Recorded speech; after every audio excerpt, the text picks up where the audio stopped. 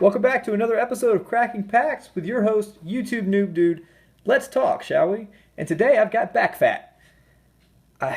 No, that's not right. I've got a fat pack. That's it. And he looks very angry. So here we go. Let's do this, shall we? Getting right into it. I got a few things I want to talk to you about. Oh, that was nice. Slid right open. I kind of want to get into this whole thing about what is a Let's Talk, and why am I doing it, and where do I plan on going with it? That's a good question that you probably didn't ask yourself, but I'm asking it for you because I'm thinking for you right now. No. So, what is Let's Talk, and how does it differ from my general cracking packs? Well, God, that was awful. In terms of my videos right now, I'm trying to primarily focus. Cannot talk. I'm primarily trying to focus cracking pack episodes on big booster boxes or bigger openings. And this is a big opening too. This is 9 booster packs. It's pretty sweet. But those are just generally about the cards. And what I want Let's Talks to be about are about us, about you, and about me, and about the cards being sort of satellites that kind of orbit around us as we get into some interesting topics and get to know each other more and more. Now, in my general booster box openings, my cracking pack episodes, I might get into a little bit about me. I might shout out a couple of y'all and talk to you all about, or say things about you all in the comments, or the comments I'm reading, and just talk about some general topics. But in my Let's Talks, I want to get into deeper, more seated things that we can kind of create longer debates and discussions about down in the comments below. And that's what that's all about. Some better conversations. I'm gonna edit that part out. So, without further ado, let me just go ahead and slide this right open. God, I'm losing my mind today. So that's pretty sweet. Let's see if I can crack this open without breaking it apart. Okay, so a little glue there. And honestly, later, I might end up playing with that glue a lot more than I'll play with this poster. Because, you ball up little balls and stick it on things and smack them. Hit people with it. So, that's pretty nice, right? Okay. So, set that aside. Got that there. The typical booster, or not booster box. I've done so many booster box episodes recently. Well, not so many, but I've opened so many booster boxes that I'm saying it over and over again. But the fact pack comes with this cool book about the characters a little bit, backstory, and cards. So you can kind of check your stuff and see what you got, see what you don't have. Trade with your friends. Maybe mark on here like, hey, buddy, this is what I need. And circle a few things and hand it off to your pal who can look for them for you on like Friday Night Magics and things of that nature. So that's kind of cool if you're out of town or something. Then you got your collectible box. But you know what? We all know what comes in these things. Everybody else talks about that. And they all show these things and break them apart. And that's not what I'm doing. So let's get into the actual Let's Talk of this episode. And I'm going to break a few things down for you. So I've already told you kind of what I want out of this specific sub-series of my cracking packs. And but the main thing is, the first thing I want to talk to you about is kind of where I get my cards. Because local comic shop, it's called Quest. It's in the West Georgia area. If you're in the area, you should look it up. They don't sponsor me specifically. I haven't asked for any kind of discounts. They do give student discounts because I'm a college student. So they give those out already, but they don't give them out on their booster boxes because they already knock off a huge portion. I think an average booster box MSRP, from what I've read and what they tell me, is around the 140 to 144. They knock them down to 100. So I buy my booster boxes around, well, the first set I bought for $80 a piece for the pre-sale, and then Johnny, and then the other one, the mermaid. I bought those for the pre-sale for $80 a piece. So now I'm buying them for like $100 a piece. I know I can get them probably let me get my air quotes, a better deal online, but I choose to support them as an entity because I believe that buying local is what puts more money into my local area. It provides bigger events for my buddies and my friends, and yeah, that's kind of like central kind of selfishness in a sense where I'm trying to support this general area, but if you don't, no one else will, right? So I try not to buy a bunch of packs from Walmart if I can help it. Yeah, they do offer booster boxes, but see, my local, and I'll say big box retailers, I'm not knocking on just one, but like my local big box retailers sell fat packs for, what, $40 a pop. Well, with the student discount and everything at my local game store, I got this one for like right at $34. And then they gave me my bonus points for spending so much dinero lately. I ended up with another $4 off or $5 off. So getting it right at $30, so $10 under what the local big box retailer is selling for. The Land Pack. If you ever open one of these, that's what comes in it. It's La La Land. It's so you can build your first deck.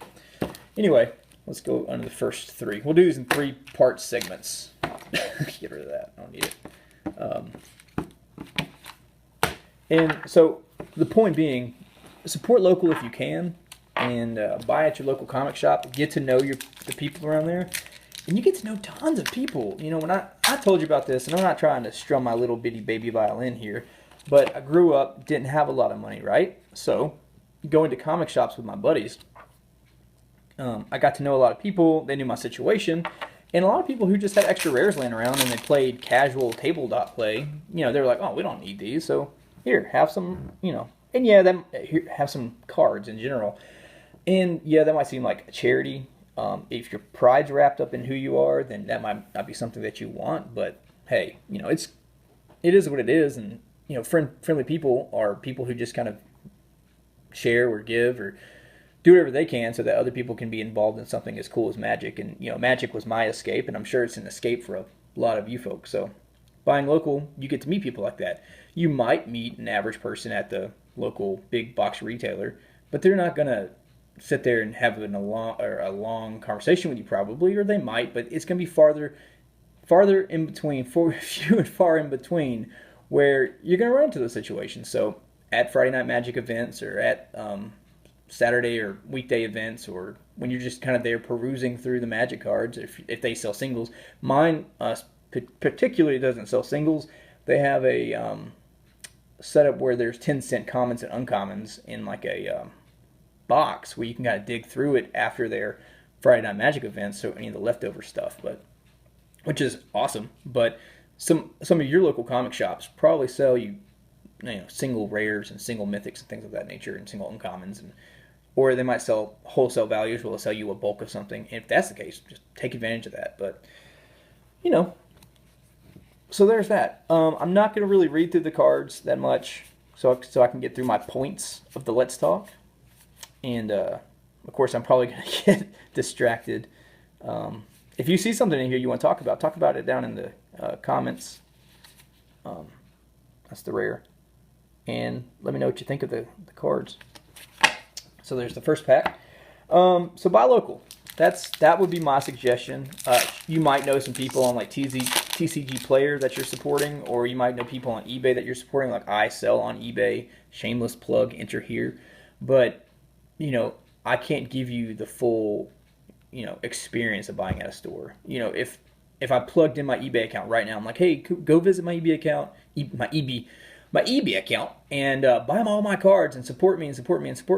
I would appreciate everything that you did to support me in this channel, but I cannot give you the full effect of what a local comic shop can do. And the comic shop industry is it is far from, you know, the most what's the word I'm looking for here? Stable economy. If you know anything about comic shops, there's usually a lot of rotation in the economy and those things. So anything you do, any dollar you spend at the comic shop is extremely supportive of their. You probably already see my rare back there. So yeah, I'm not gonna hammer it too much more than that. I'm gonna hop down off my soapbox for now, and that's it for that. So, second thing I want to talk about is, well, and it kind of ties into the first thing I talked about, was my passion for Magic and where it came from. And why did I decide to get into Magic and things of that nature. And really, I originated my passion for magic originated around 1998, which was around the Urza Saga time frame, I believe. And I think I told you what my first rare was, and I had a bunch of stacks of cards and everything that were given to me by a bunch of buddies. And you know, I fell in love with this card game much like I fell in love with stories and of fiction or movies or video games like RPGs, because it was an escape. You know, it was a way to get away from kind of a cruddy life, you know. And I'm sure many people have that same experience. And to you, I say, you know, it might be hard right now, whatever you might be going through, and magic is a great escape. And you know, it's not always good to escape your problems. I'm going to say that. Sometimes you need to face them and use them to grow out of whatever the situation may be. Either if you have like some sort of depression, or if you know your home life's not great, and it's harder to see when it's happening, or it's harder to confront when it's happening. But the faster you confront it and take steps to get out of that situation, the easier your life can become in the end. And you know, I'm married to a wonderful woman now, and I have a beautiful daughter, and I'm working a management job and going to school at the age of 27. So you know, I got through it, and I believe you can too, because there's a lot more stronger people out there than me. And I'm not sitting here trying to toot my horn like doot doot, but you know, I had a cruddy life, and magic was the way to get out of it for a lot of it. And my buddies were really supportive of me, and you know, I appreciate their support, and I appreciate what magic did for me. You know, so that little sound in the background is that little violin still playing as I talk. So I'm really not trying to sit here and garner your sympathy votes for me, or empathy votes, but I'm sitting here trying to tell you, you know, that's where my magic passion originated. So there was that. So I got into it.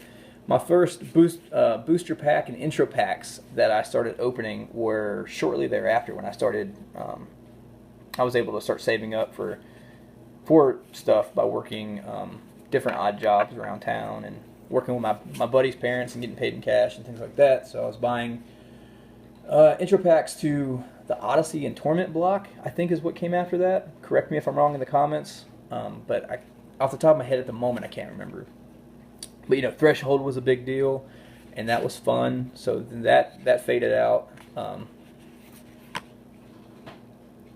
So there was that. Let me try to focus this a little bit better. Sorry guys and ladies. There we go. Ooh, foily fish. That's what that is. A foily fish.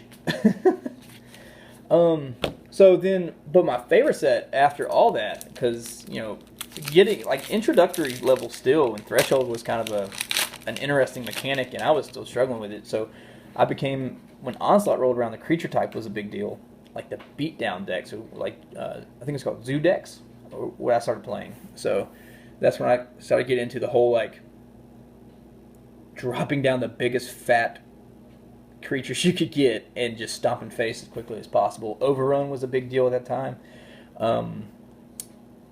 Kamal, the green Kamal, who gave your creatures Overrun, was a big deal. So again, Overrun again. So there's that. Dropping your creatures with Elvish Piper and then overrunning them with Kamal was a pretty sweet combo at the time, I think. So it's been a long time. My brain's a little rusty. So there's that. So that's where my passion for magic originated. Went through high school, played during class, got in trouble. Played in the lunchroom, got in trouble. Played on the bus, got in trouble. You know, people they did not take well to the whole game of magic in the South. You know, the Bible Belt had a lot to do with it, because a lot of people were like, oh, demonic Satan stuff. We just got past the 80s with all their backwards playing records. But no, it's people were just not keen to the idea of you casting demons or crazy stuff. And okay, you have your religious beliefs, and you have what you have, and you believe what you believe. But yeah, it really affected, and I'm not going to say one thing or another in this video about that, but that really did affect how people in my area in the South were able to not really play magic as much, because parents were just abhorred by the idea of you casting spells. And so, you know, my parents didn't really care, but but some of my buddies, their parents were definitely opposed to the idea, so they had to sneak out and do those things. And so there's that. So college, I kind of stopped playing. I just kind of collected over the years. I'd buy a couple booster packs here and there. I found out when I got to college where my local comic shop was, and I still collected from them. And but kind of died off the whole playing scene because I was into kind of older, more mature. Well, you know what? Take that back. I hope I edit that part because I do not mean that Magic's an immature game, because trust me, it is not. I don't think that. But I'll say that what a lot of young men, stereotypical young men are into in their 17, 18, 19-year-old selves are. And you know what I'm talking about. Young women, you're probably into the same thing. But I got into a lot of trouble because I partied too hard. So I got kicked out of college for a year, lived with my sister, got a job, got an apartment, got married, got back on track. My wife kind of forced me onto that track and made sure I was bettering myself somehow. So I owe a lot to her. That's why I'm here with you today. It's because of my wife, so. There is that.